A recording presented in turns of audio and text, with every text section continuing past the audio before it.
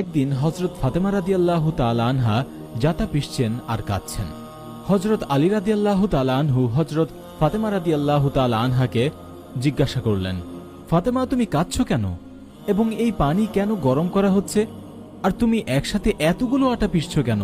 হজরত ফাতেমা রাদিয়াল্লাহু তাআলা আনহা কাঁদতে কাঁদতে উত্তর দিলেন, হে আমার প্রিয় স্বামী, আজ রাতে ঘুমের মধ্যে আমি একটি স্বপ্ন দেখেছি। আমি দেখলাম আমার আব্বাজান কিছু একটা খুঁজতেছেন। আমি জিজ্ঞাসা করলাম, হে আব্বাজান, আপনি কাকে খুঁজছেন? তখন আমার প্রিয় আব্বাজান দুই জাহানের বাদশা বললেন, হে আমার প্রিয় কলিজার টুকরা ফাতেমা, আমি তোমাকেই খুঁজছি। হজরত ফাতেমা রাদিয়াল্লাহু তাআলা আনহা কাঁদতে কাঁদতে তার স্বামীকে বললেন, এই পৃথিবীতে আজই আমার শেষ দিন, আজই আমাকে আমার আল্লাহর কাছে ফিরে যেতে হবে। হজরত আলী রাদিয়াল্লাহু তাআলা আনহু একথা শুনে খুব কাঁদতে লাগলেন এবং তার স্ত্রীকে বললেন, হে ফাতেমা, এখনো পর্যন্ত আমার প্রিয় নবী দুই জাহানের নেতা হজরত মুহাম্মদ সাল্লাল্লাহু আলাইহি ওয়াসাল্লামের মৃত্যুর দুঃখ আমার অন্তরে রয়ে গেছে, আর তুমি কিনা এখন আমার থেকে বিচ্ছেদের কথা বলছো? তোমার থেকে এই বিচ্ছেদ আমি কিভাবে সইব? তখন হজরত ফাতেমা রাদিয়াল্লাহু তাআলা আনহা বলতে লাগলেন, যেমন করে আপনি আমার আব্বা হুজুরের মৃত্যুর শোক সহ্য করেছেন, তেমনি করে আমার বিচ্ছেদের বেদনাও আপনি সহ্য করবেন। হজরত আলী রাদিয়াল্লাহু তাআলা আনহু জিজ্ঞাসা করলেন, তুমি এই পানি কেন গরম করেছ, আর এত আটা কেন পিষছ? আজকের দিনেও তুমি এত কাজ করছো কেন? তুমি অনেক কাজ করেছ, আর দরকার নেই।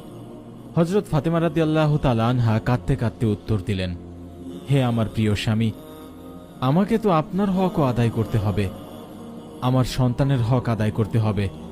আমি পানি এই জন্য গরম করছি যাতে আমি আমার দুই সন্তানকে নিজ হাতে গোসল করাতে পারি। আমি এই কারণে আটা পিষছি যাতে আপনি আপনার বাচ্চারা এই আটা থেকে রুটি বানিয়ে খেতে পারেন। আমি আপনাদের কাপড় ধুইয়ে দিয়েছি যাতে আপনারা ধোয়া কাপড় পরতে পারেন। আমার মৃত্যুর পরে আমার বাচ্চাদেরকে কে আটা পিষে খাওয়াবে? এই কথা বলে হজরত ফাতেমা রাদিয়াল্লাহু তাআলা আনহা খুব কাঁদতে লাগলেন এবং হজরত আলীও তার সাথে কাঁদতে লাগলেন। হজরত আলী রাদিয়াল্লাহু তাআলা আনহু হজরত ফাতেমা রাদিয়াল্লাহু তাআলা আনহাকে বুঝিয়ে শুনিয়ে সেখান থেকে উঠিয়ে আনলেন এবং বললেন, এত কাজ করো না। সেই সময় থেকেই হজরত ফাতেমা রাদিয়াল্লাহু তাআলা আনহার শারীরিক অবস্থার অবনতি ঘটতে থাকে।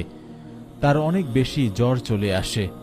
হজরত আলী রাদিয়াল্লাহু তাআলা আনহু কাঁদছিলেন, হজরত ফাতেমা রাদিয়াল্লাহু তাআলা আনহাও কাঁদছিলেন। এর মধ্যেই ইমাম হাসান এবং ইমাম হুসাইন রাদিয়াল্লাহু তাআলা আনহু সেই ঘরে প্রবেশ করলেন।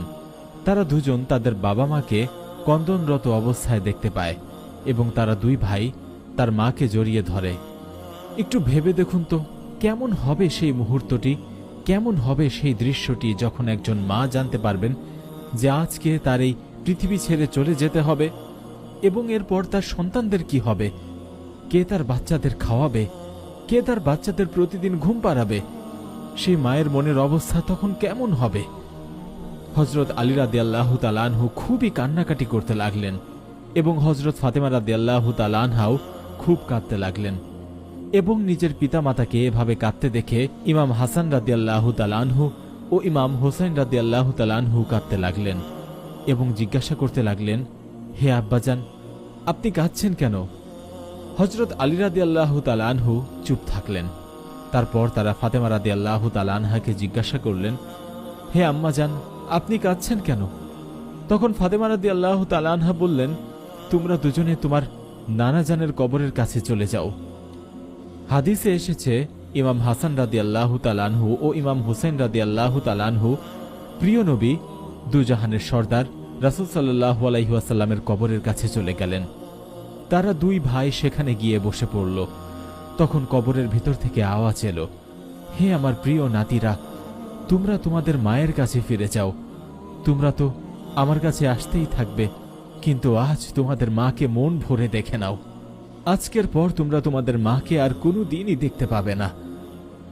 যখন এই কথা হাসান রাদিয়াল্লাহু তাআলা আনহু ও ইমাম হুসাইন রাদিয়াল্লাহু তাআলা আনহুর কানে আসলো, তখন তারা এ কথা শুনে দৌড়ে তাদের ঘরে ফিরে আসলো এবং তাদের মাকে বুকে জড়িয়ে ধরে কাঁদতে লাগলো।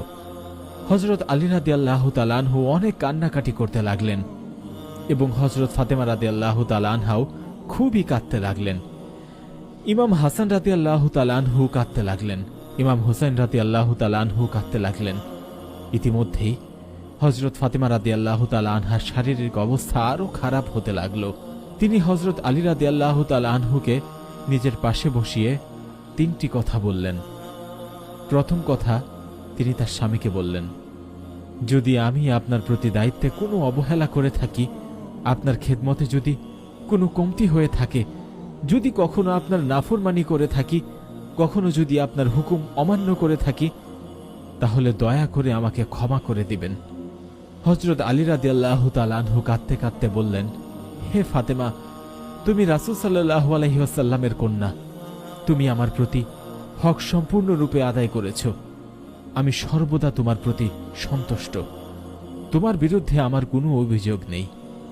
হযরত ফাতেমা রাদিয়াল্লাহু তাআলা আনহা দ্বিতীয় যে কথাটি বললেন, হে আমার প্রিয় স্বামী, আমি যখন এই দুনিয়া থেকে ইন্তিকাল করব